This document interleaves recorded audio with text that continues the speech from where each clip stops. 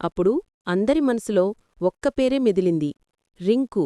తమ తప్పులను గుర్తుచేసుకుంటూ పశ్చాత్తాపంతో జంతువులన్నీ రింకు ఇంటికి వెళ్ళి అతని ముందున నిలబడ్డాయి.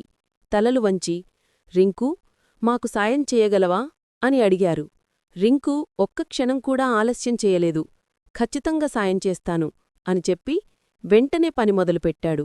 పాడైపోయిన విద్యుత్ యంత్రాన్ని జాగ్రత్తగా పరిశీలించి తన ఆవిష్కరణలతో దాని తిరిగి నడిపించాడు. క్షణాల్లో జూకి వెలుగు తిరిగి వచ్చింది. అందరూ ఆశ్చర్యంతో రింకూను చూశారు. ఎంత చిన్నదైనా, ఎంత పెద్ద హృదయం! అందరూ కలిసి రింకూ ముందు క్షమాపణలు కోరారు.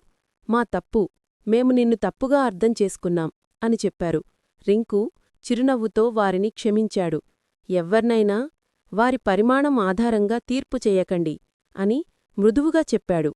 ఆ రోజునుంచి రింకు జూలో గౌరవనీయుడయ్యాడు. జూ స్కూల్ కూడా అతన్ని ప్రధానాచార్యుడిగా నియమించింది. స్కూల్ గేటు వద్ద ఒక పెద్ద బోర్డు పెట్టారు. ఎవ్వరినీ వారి రూపం లేదా పరిమాణం ద్వారా తక్కువగా అంచనా వేయకండి. నీకు కానీ ఇలా మరీ ఎన్నో మంచి వీడియోస్ కావాలి అంటే లైక్ అండ్ సబ్స్క్రైబ్ చేసుకోండి. మళ్ళీ కలుద్దాం.